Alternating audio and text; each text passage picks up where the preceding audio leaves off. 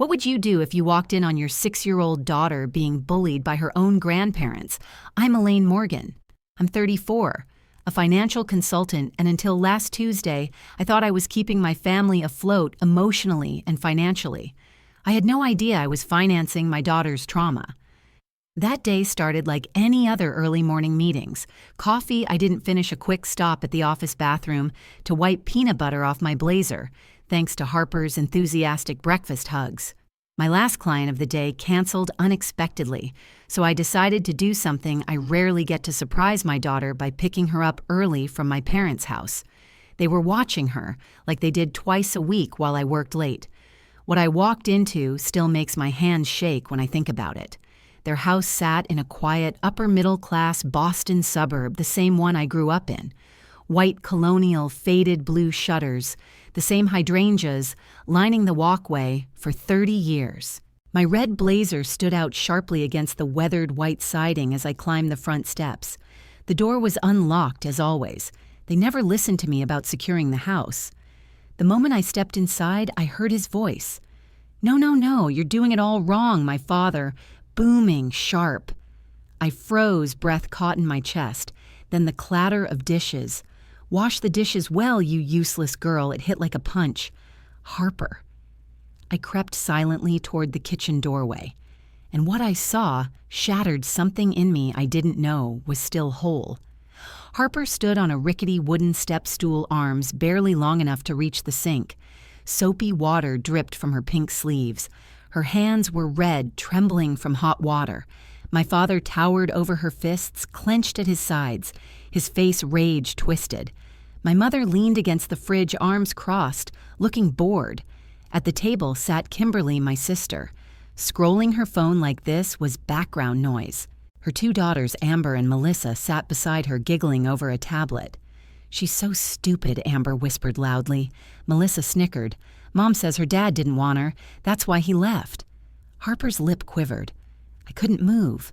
My daughter, my bright, funny, curious little girl, was being emotionally torn apart in the very kitchen where I once cried silently as a child, wiping tears before anyone could see. Grandpa Harper whispered, voice barely audible over the faucet. "This pot's too heavy. Life's heavy," my father snapped. "Your cousins knew how to do this at your age, but you're just like your mother, always making excuses."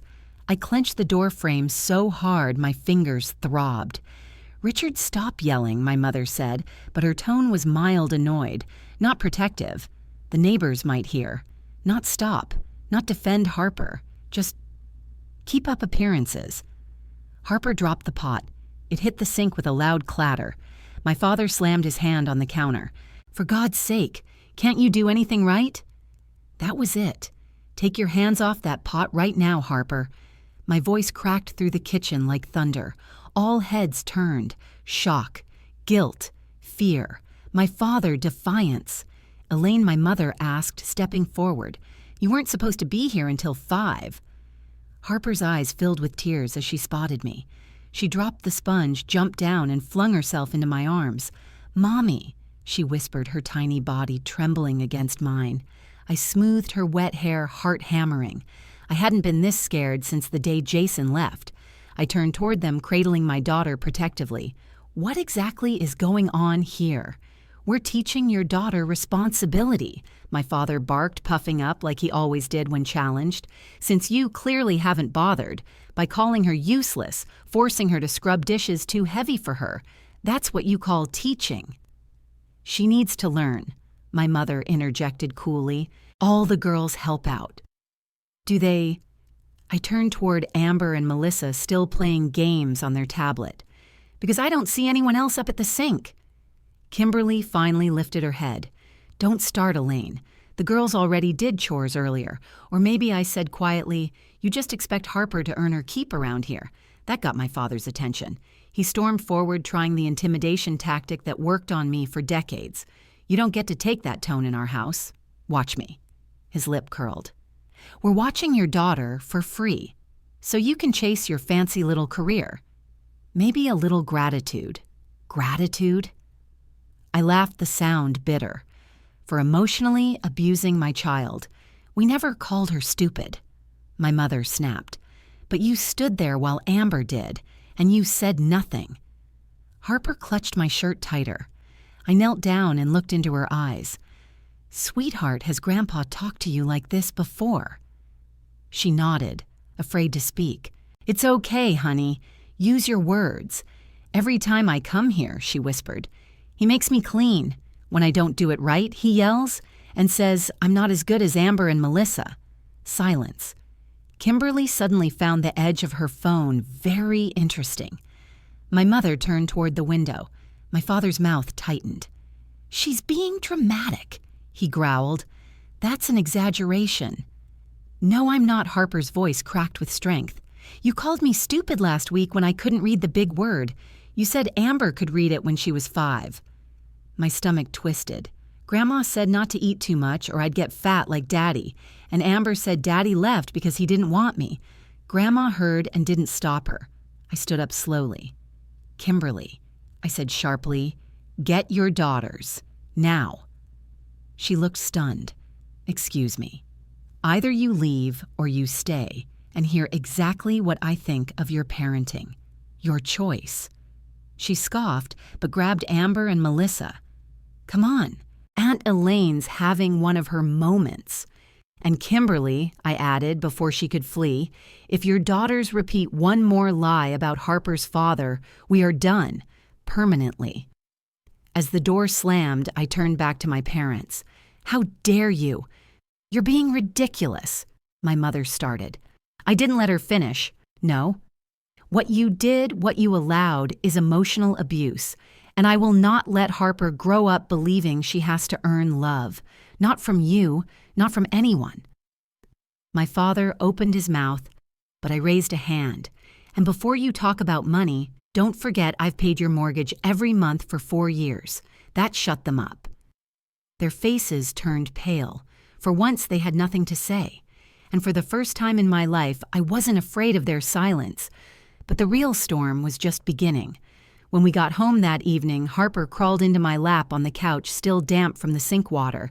She clung to me like I was the only safe place she had left.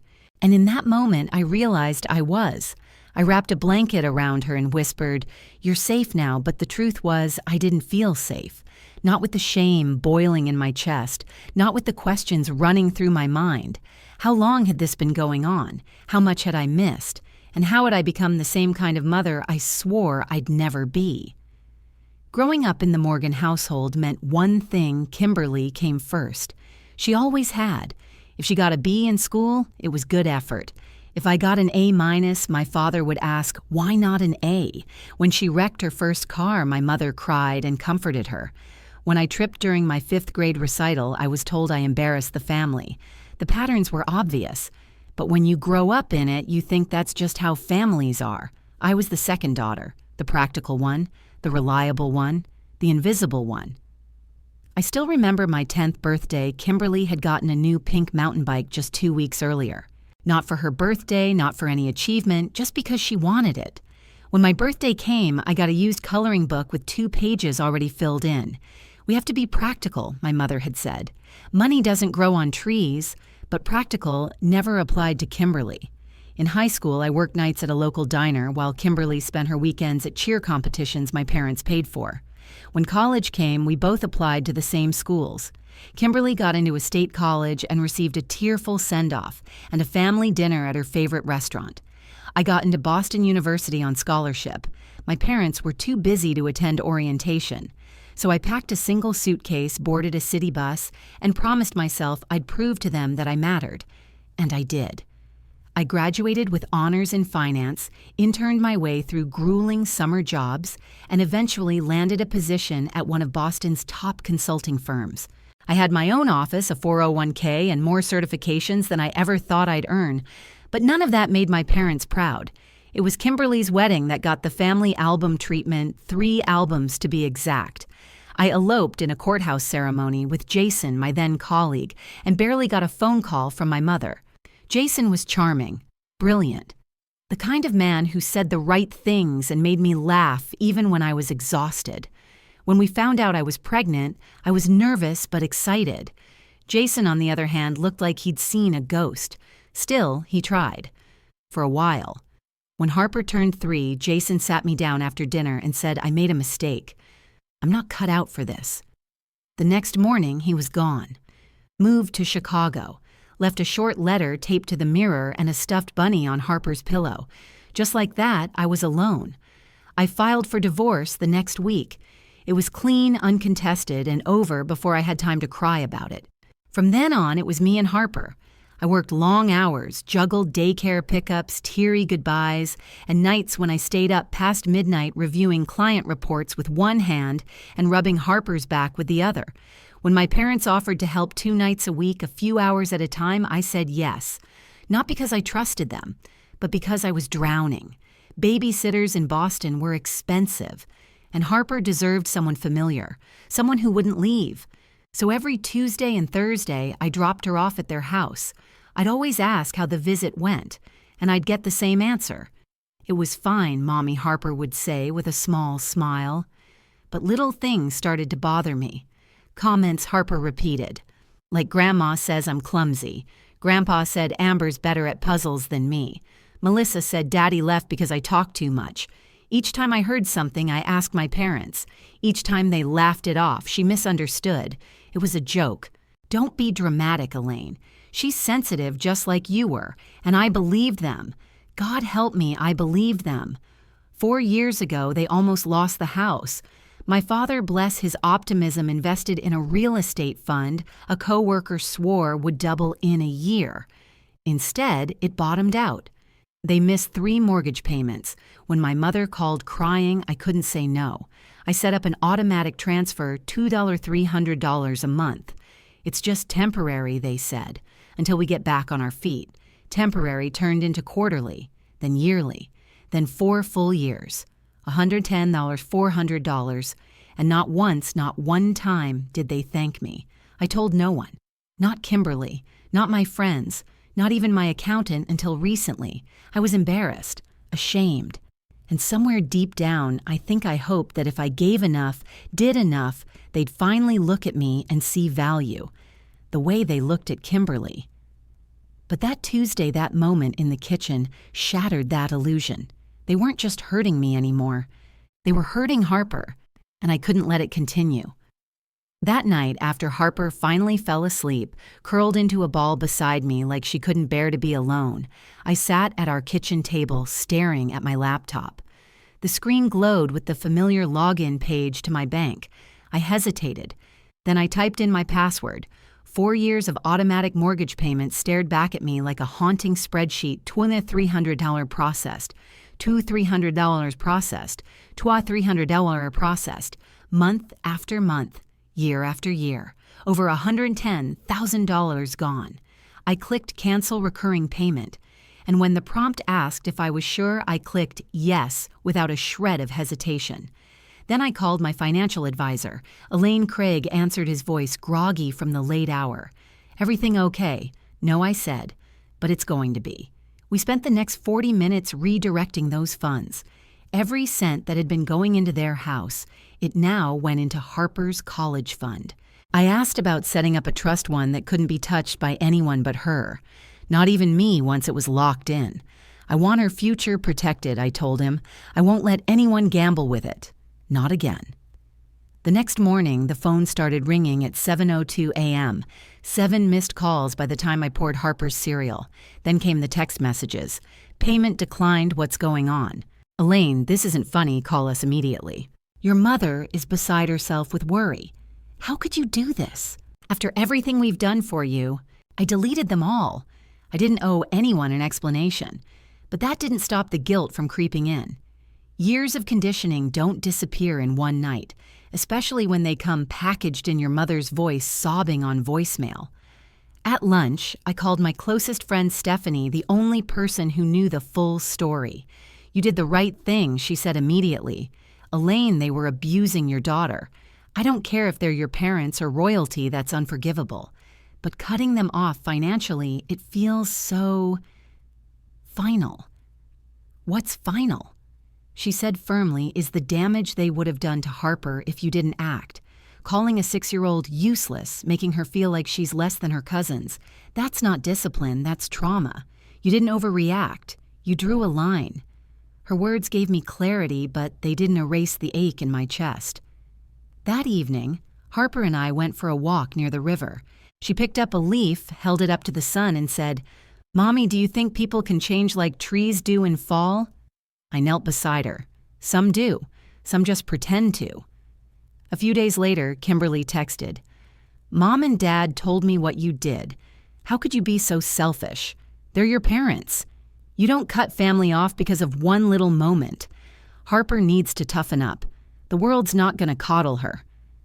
I stared at my screen. I'd been silent for too long, so I wrote back, "My financial arrangements with Mom and Dad are none of your business. But if you ever allow your daughters to bully Harper again, I will cut you off completely. Not financially, emotionally. Don't test me." She never responded. 3 days later, my phone rang again. This time, it was my bank. "Ms. Morgan, we flagged an attempted login to your account using incorrect credentials. The user claimed to be your authorized co-signer." "What?" I gasped. It was Richard Morgan. Does that name sound familiar? My blood ran cold. He'd tried to access my personal accounts, without permission, my own father. I spent the next hour changing every password, every security question, even my 2-factor authentication settings. I added a fraud alert to all 3 credit bureaus and put a block on new accounts. The message was clear now. This wasn't about love. It never had been. To them, I wasn't a daughter. I was an asset, a walking checkbook. They'd groomed me for it, and now they were grooming Harper the same way. I thought back to the little things Harper had said over the past few months. "Grandma says I'm not as pretty as Melissa. Amber gets dessert, but I can't because I don't clean right. Grandpa says I'll never be smart like them." Each memory was a brick in a wall that had been quietly building while I was too busy trying to fix everything. But I wasn't blind anymore. During Harper's next pediatric appointment, I asked her doctor if she could recommend a child psychologist, someone who understood trauma, who could help a little girl untangle the weight of whispered comparisons and kitchen shame. She referred us to Dr. Angela Martinez, a soft-spoken, warm psychologist with years of experience in emotional development. Harper took to her instantly, and in those early sessions, everything came pouring out. The cleaning, the ridicule, the games that were really just performances for approval, the comments about her dad, her body, her worth. She told me Dr. Martinez said gently that she thought love had to be earned, through chores, through being good, that if she made one mistake, you might leave too. I had to excuse myself to cry in the bathroom. When I returned, I made a vow. This ends now, not just the payments, not just the visits, the whole cycle.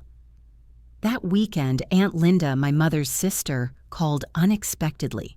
"We weren't close, I know," she said, "but I'm hearing some things. Your mom says you're cutting them off. She says it's over a misunderstanding." "It wasn't a misunderstanding," I said flatly. "It was abuse." She paused. "I believe you. I always saw how they treated you compared to Kimberly. I should have said something then." "I'm sorry I didn't." Then she told me something I'd never heard before. "Your grandfather left them a sizable inheritance years ago. They blew through it in under 5 years. And when I asked where the money went, your mother said, 'Elaine will help us when we need it.' Like it was already decided. The air in my lungs vanished. They hadn't just used me. They had planned to. Before Harper was even born. Before I ever sent that first mortgage payment. They never saw me as a daughter. They saw me as the backup plan. But they'd forgotten one thing: I had a daughter now, too. And I'd burn every bridge before I let Harper inherit those chains." 1 week after I canceled the mortgage payments, my father left a voicemail that made my skin crawl. "Elaine, this is your father. I don't know what kind of game you think you're playing, but it ends now. We got a notice from the bank. You fix this, immediately. You have a responsibility to this family. Don't forget who raised you, who put a roof over your head for 18 years. Call me back today or there will be consequences. He didn't say please, he didn't ask what was wrong, he didn't even mention Harper. All that mattered was the money. The next morning, my assistant buzzed into my office. "Elaine, there's a Diane Morgan on the line. She says it's urgent." My stomach dropped. "Put her through." My mother's voice came on already in mid-drama. "Elaine, my blood pressure is through the roof because of what you're doing. The doctor says I'm at risk for a heart attack. Is that what you want, for me to die?" I stayed silent. When she paused for breath, I said calmly, "If you're having a medical emergency, you should call 911, not my office."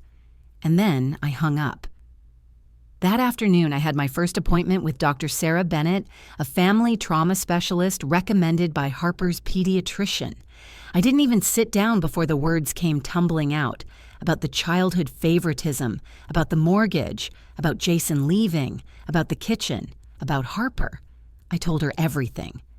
Dr. Bennett listened without interruption. Then she said something that stopped me cold. "Elaine, what you're describing isn't just dysfunction, it's generational emotional abuse. Your parents treated you as the scapegoat and Kimberly as the golden child. Now they're transferring that same dynamic onto Harper. But am I overreacting by cutting them off financially?" I asked. "It just feels drastic." She tilted her head gently. "Let me ask you this. If a stranger treated Harper the way your father did in that kitchen, would you keep paying their bills?" I closed my eyes. "No." "Then why is it different just because they're your parents?" I didn't have an answer. Only the slow-growing realization that I'd been gaslit by tradition, manipulated by guilt wrapped in birthday cards and holiday dinners. I walked out of her office with my back straighter than it had been in months, but the fallout was only beginning. 2 days later, while picking Harper up from school, I saw Kimberly across the parking lot with Melissa. She spotted me, made a beeline, and stepped right into my path. "The bank is threatening foreclosure again," she said flatly. "Mom and Dad can't make the payment on their own." "That's unfortunate," I said, unlocking Harper's booster seat. "That's all you have to say." Her voice rose. "They're your parents, Elaine, and Harper is my daughter," I said calmly. "I will not finance people who abuse her." "Family or not," Kimberly scoffed. "Abuse. Don't be so dramatic. Dad was just trying to teach her responsibility, by calling her useless, by making her do chores that your daughters don't do, by telling her she's not as good as Amber or Melissa." She flinched, and for just a second I saw it, recognition, the guilt. Then it disappeared, masked by years of denial. "So this is about childhood jealousy," she snapped. "You're punishing them because they loved me more." "No," I said. "This is about protecting my child from what I went through. And if you had an ounce of empathy, you'd understand." We stared at each other, two grown women who had been raised in the same house but lived completely different realities. She turned on her heel without another word. That evening, my parents showed up unannounced at my apartment. I saw their silhouettes through the peephole. My mother's familiar posture, arms crossed. My father's jaw clenched. I didn't open the door. "We need to talk about this, like adults," my mother called through the wood. "We will," I replied, voice clear and calm, "in a neutral location, with a therapist present. Until then, please leave or I'll call security." "You'd call security on your own parents," my father thundered. "Yes," I said, "because we have very different definitions of parent." They left, but not before my father shouted, "This isn't over, Elaine. He was right. It wasn't." The next morning, my Aunt Linda called again. "I spoke to your mother," she said, her voice cautious. "She says you're cutting them off completely over a little discipline issue with Harper." I laughed, a dry, humorless sound. "It wasn't discipline," I said. "It was verbal abuse. It was emotional manipulation. It was the same way they treated me, only now they've moved on to my daughter." There was a pause. "I believe you," she said quietly. "I saw it back then, too. I should have said something. I'm sorry I didn't." Her words hit me harder than I expected. Validation, unexpected and overdue, felt like a balm on an old scar. Then she added something I hadn't known. "Your grandfather left them enough to retire comfortably. A sizable inheritance. They spent it all in less than 5 years. They bought a new car, upgraded the kitchen, a trip to Italy. And when I asked about the money, your mother just said, Elaine will help us if we ever need it. Like you were their fallback plan. My throat tightened. They hadn't just leaned on me in a time of need. They'd planned it. They had always seen me not as a daughter, but as a parachute. It was never about love. It was about leverage. That night, I sat across from Harper at the dinner table. She was coloring a lion, her tongue peeking out the side of her mouth in concentration. "Sweetheart," I asked, "can I ask you something?" She nodded. "When you were at Grandma and Grandpa's house, why didn't you tell me what was happening?" Her crayon froze mid-stroke, because Grandpa said you had important work, and that I shouldn't bother you with silly things, and that you'd be disappointed if I couldn't do chores like Amber and Melissa. My chest caved in. "You are never a bother," I said, blinking back tears. "And I will never be disappointed in you. You're 6. You're allowed to be messy.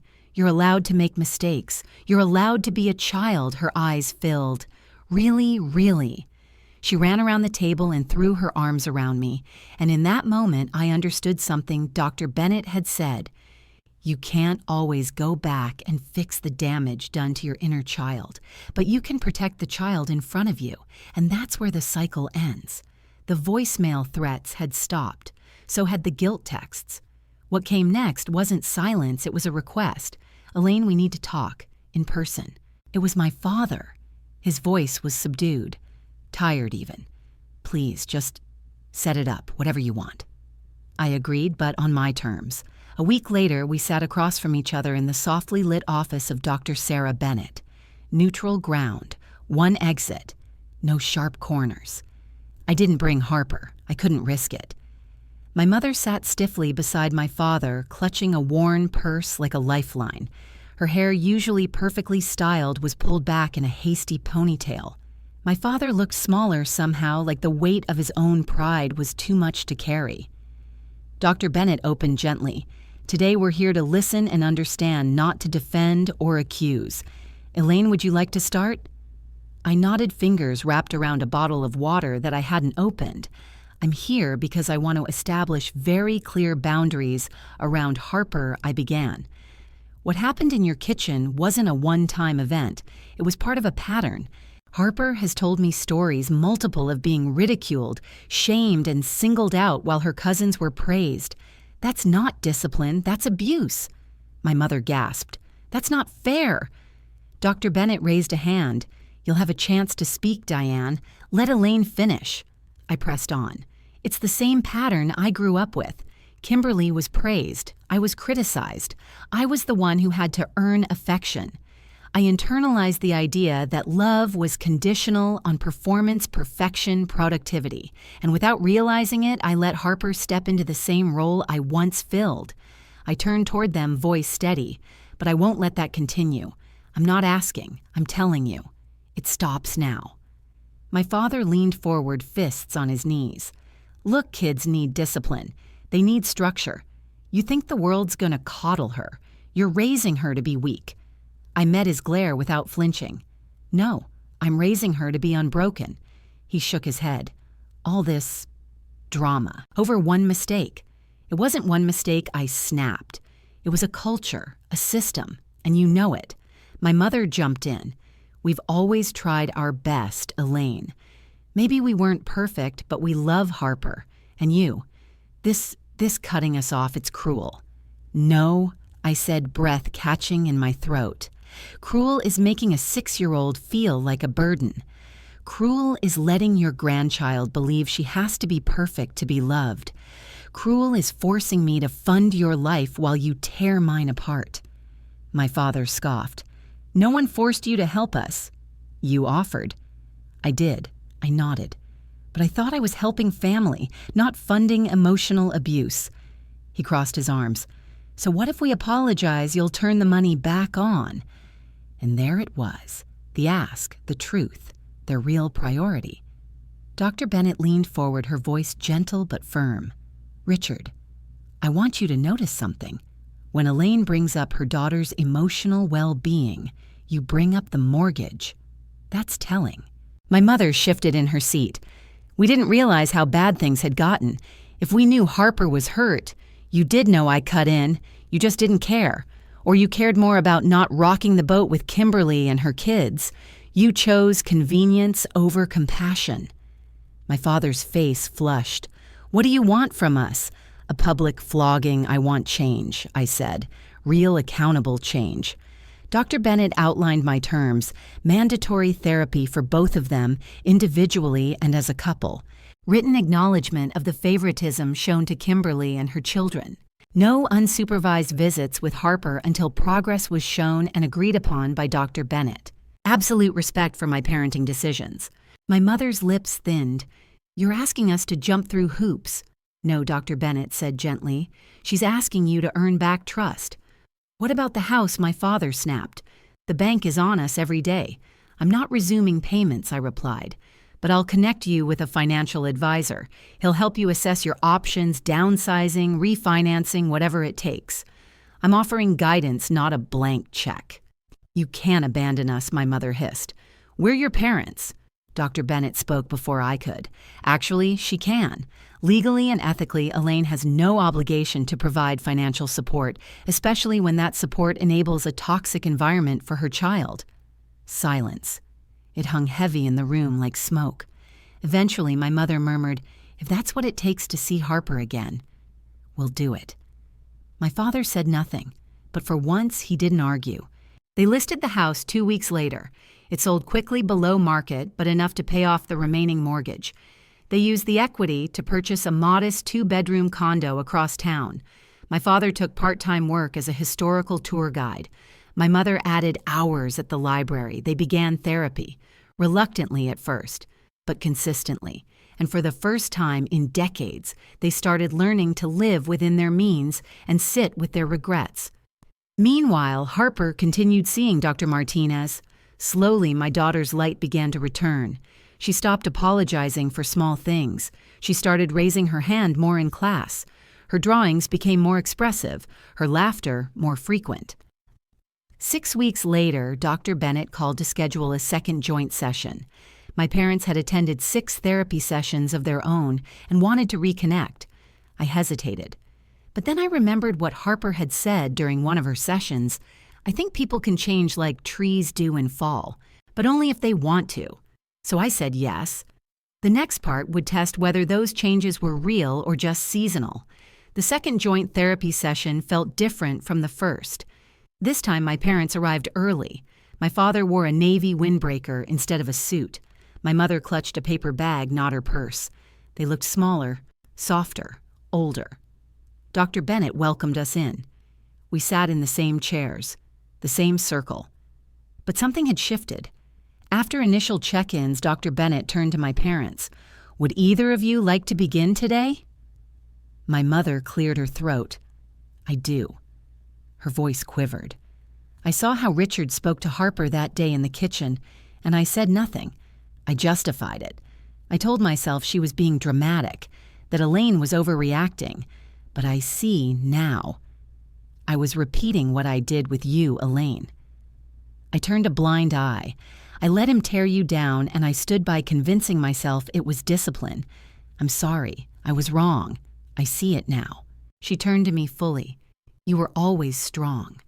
But I made you feel like you had to be. That love was something you had to earn. I don't want to do that anymore. I sat still. Let her words settle in. They were late, but they were real. Then my father spoke. I shouldn't have called Harper useless, he muttered. No child should hear that. I thought I was teaching her strength, but I was only repeating cruelty, the kind I grew up with. I thought I'd buried it. I hadn't. His voice cracked. I'm trying to do better. It wasn't a perfect apology, but it was a beginning. We agreed to a supervised visit that weekend, 1 hour at the park near my apartment. Public, open, safe. When the day arrived, I packed Harper's favorite snacks and a sun hat. She was nervous, clung to my hand tightly. They'll be different, I said gently. And if they're not, we leave. Okay. She nodded. At the park bench near the fountain, my parents waited. My mother held a wrapped package in her lap. When Harper approached, she offered it. "It's a book," she said softly. "One you can read with Mommy." Harper opened it carefully. Inside was a story about a girl who found her voice a children's fable, but eerily fitting. She smiled cautiously.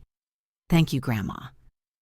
They sat on the bench together while Harper flipped through the pages. My father didn't speak much, but he listened. When Harper pointed to a word she couldn't pronounce, he waited, didn't interrupt, didn't correct. We stayed for 42 minutes. As we were leaving, Harper surprised us all. She turned back to my mother and hugged her. "Bye, Grandma. I like the book." My mother's eyes welled. "I'm glad, sweetie. I hope we can read it together sometime." We didn't rush anything after that. Boundaries stayed firm. Every other weekend, short visits. Always with me present. Always respectful. My parents kept attending therapy individually and together. Kimberly reached out surprisingly. Over coffee, she said quietly, "I didn't realize how much they depended on you. Financially, emotionally." I raised an eyebrow. "You were the favorite. You didn't have to." She nodded. "I've been thinking, maybe being the favorite wasn't a gift. I was never expected to do anything on my own, never praised for effort, only for making them feel good. And I was never allowed to fail," I added. "We were raised in different cages." She looked down at her latte. "I think I'm doing it to my girls." It was the most honest thing Kimberly had ever said. "You can change that," I said. "It's not too late." She started her own therapy, and she brought Amber and Melissa. It wasn't smooth, but the first signs of change were real. At a carefully planned cousin playdate, Amber helped Harper with a puzzle instead of mocking her. When Melissa made a sarcastic remark about Harper's shoes, Kimberly stepped in immediately. "That comment wasn't kind. Please apologize." Melissa stared, then mumbled, "Sorry." It wasn't perfect, but it was something. Months passed. Harper blossomed. She joined art club at school, started ballet. Her teacher emailed me, "Harper is becoming one of our most confident students." She raises her hand now. She smiles more. At home, she stopped apologizing for little things. She laughed louder. And one night, while helping me cook dinner, she turned and said, "Mommy, it's okay to make a mess, right?" I smiled. It absolutely is. A year after that fateful day in my parents' kitchen, we threw Harper a small birthday party at our apartment. She wore a glittery purple dress and danced barefoot with her friends. My parents came briefly. They brought her a science kit. No candy, no backhanded compliments. My father asked her about space and listened while she explained gravity with third-grade logic. Kimberly came too with Amber and Melissa. They played respectfully. They even laughed together. As I watched Harper blow out her candles, I felt something I hadn't felt in years. Peace. Not because everything was perfect, but because I'd stopped letting perfection be the goal. Boundaries had done what guilt never could, created space for truth. Later that night, after Harper was tucked into bed, she called from her room. "Mommy," I stepped inside. "Yeah, sweetheart." She sat up, big eyes, thoughtful. "Is it okay that I love Grandma and Grandpa again, even though they were mean before I sat on the edge of her bed brushing hair from her forehead?" "Absolutely," I said. "People make mistakes, even big ones. But if they try to be better and you feel safe, it's okay to give them another chance, as long as you know you always deserve kindness." She nodded. "I think they're learning, like I'm learning my multiplication tables. Sometimes it's hard to learn when you're old." I smiled. "That's very wise, baby." She leaned into my arms. "Did I do the right thing telling you the truth?" "You did the bravest thing." And in that moment, I knew the cycle was broken. Maybe not erased, but interrupted. That night, I stood at the kitchen sink, the same place my daughter had stood trembling months earlier in my parents' house.